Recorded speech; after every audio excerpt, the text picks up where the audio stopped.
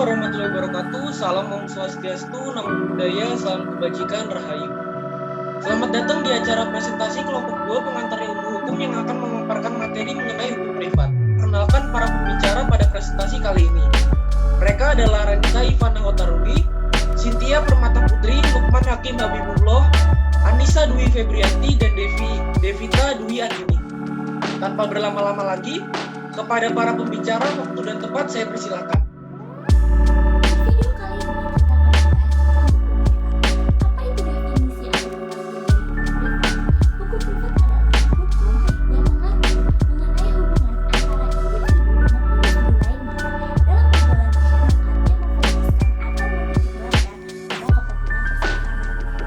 Komponen hukum privat. Yang pertama ada hukum dagang, yang kedua ada hukum perdata. Hukum dagang adalah ilmu hukum yang mengatur mengenai perdagangan antar manusia dalam kegiatan berdagang, perusahaan yang membeli atau menjual. Hukum dagang di Indonesia bersumber pada KUHD atau Kitab Undang-Undang Hukum Dagang atau White Book Van Kependel Indonesia atau WIKA. KUHS, Kitab Undang-Undang Hukum Sipil atau Burgerlijk Wetboek Indonesia atau BW. Contoh hukum dagang yang pertama, pada November 2017, Monster Energy Company mengajukan gugatan kepada Andrea Tamrun karena keberatan dengan merek Monster milik Andrea. Pasalnya, Andrea telah mendaftarkan merek tersebut di Kementerian Hukum dan Hak Asasi Manusia, Dirjen Hak Kekayaan Intelektual. Perusahaan Monster Energy ingin mengambil hak tersebut karena pihaknya telah mendaftarkan mereknya sejak tahun 1992. Namun, gugatan tersebut tidak dikabulkan oleh MA karena gugatan tersebut bersifat kabur dan prematur. Untuk kasus hukum dagang yang berikutnya adalah pada tahun 2013, IKEA Swedia mengajukan gugatan kepada IKEA Indonesia agar membatalkan penggunaan merek yang sama tersebut. Namun Mahkamah Agung tidak mengabulkan gugatan IKEA Swedia. Hingga pada tahun 2016, pihak yang berhak menyandang merek tersebut masih belum sah. Namun manajer IKEA Indonesia menyatakan urusan merek tersebut merupakan keputusan dari IKEA Swedia. Hukum perdata adalah hukum yang mengatur tentang hak dan kewajiban antar individu dalam masyarakat. Sistematika hukum perdata adalah sebagai berikut. Pertama, hukum tentang diri seseorang atau personen reh, yaitu hukum yang mengatur tentang manusia sebagai subjek hukum, tentang umur, kecakapan untuk melakukan perbuatan hukum, tempat tinggal, dan sebagainya. Yang kedua, ada hukum kekeluargaan atau familiare, yaitu hukum yang mengatur mengenai hubungan kekeluargaan seperti perkawinan, perceraian, hubungan orang tua dan anak, perwalian, dan sebagainya. Selanjutnya, contoh dari kasus hukum perdata yang pertama adalah kasus seorang nenek berusia 5 tahun bernama Nenek Mina yang dipenjara selama 1 bulan 15 hari di Pengadilan Negeri Purwokerto hanya karena mencuri 3 buah kakao di perkebunan milik PT Rumpun Sari Antan di Banyumas.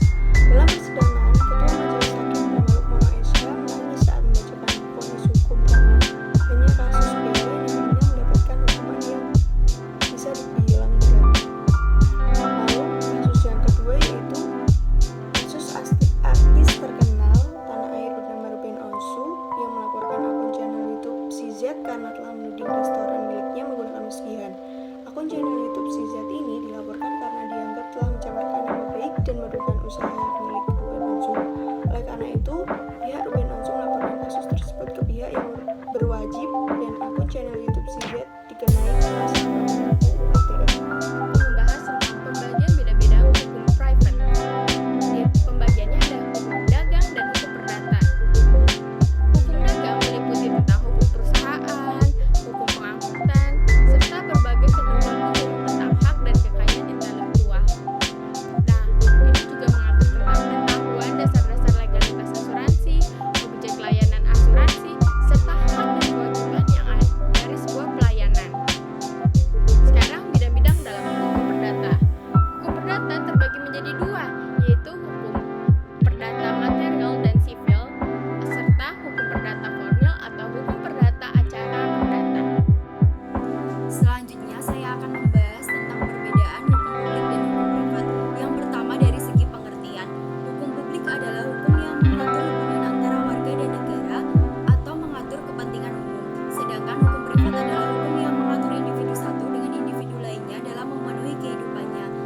dikatakan bahwa hukum privat berfokus pada kepentingan perorangan.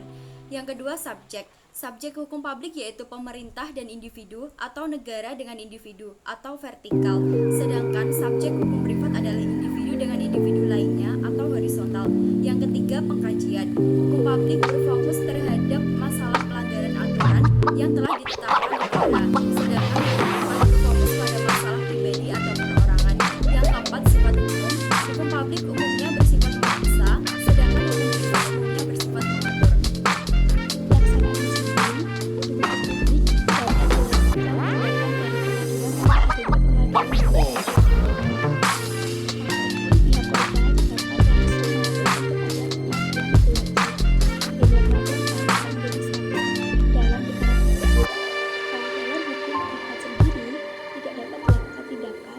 tanpa adanya pelaporan dari pihak yang merasa dirugikan.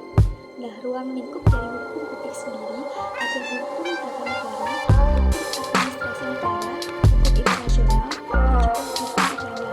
Sedangkan dalam hukum privat sendiri terdapat hukum perdata dan juga hukum perdata. Lalu terdapat juga penafsiran. Dari hukum publik sendiri hanya dapat ditafsirkan melalui undang-undang. Sedangkan di dalam hukum privat diperbolehkan untuk melakukan penafsiran. Dan yang terakhir, diberikan oleh jaksa, sedangkan untuk hukum saat diberikan oleh penegak.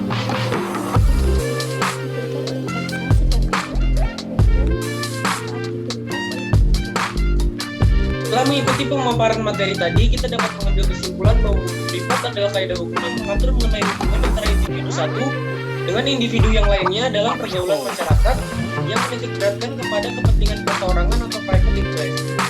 Komponen hukum privat ada dua, yaitu hukum perdata dan hukum dagang. Hukum perdata adalah keseluruhan kaidah-kaidah hukum yang mengatur mengenai hubungan antara subjek hukum yang satu dengan subjek hukum yang lainnya dalam hubungan kekeluargaan dan dalam pergaulan masyarakat. Sedangkan hukum dagang adalah ilmu hukum yang mengatur mengenai tingkah laku manusia dalam mencari keuntungan dan hubungan antar manusia maupun antar badan-badan dalam sebuah perdagangan. Akhirnya kita sudah sampai di penghujung acara. Saya ingin mengucapkan terima kasih kepada para pembicara karena telah memaparkan materi dengan baik. Dan kami juga mengucapkan terima kasih dan meminta maaf kepada Ibu Ayu dan teman-teman semua jika dalam pemaparan kami masih banyak kekurangan dan kesalahan yang disengaja maupun tidak disengaja, mulai dari tutur kata bahasa kami yang masih belum benar dan lain-lain. Kepada para audiens, kami persilakan kembali ke ruang Zoom meeting untuk melanjutkan sesi diskusi dan tanya jawab bersama kelompok kami. Sekian, terima kasih. Sampai jumpa. Wassalamualaikum warahmatullahi wabarakatuh.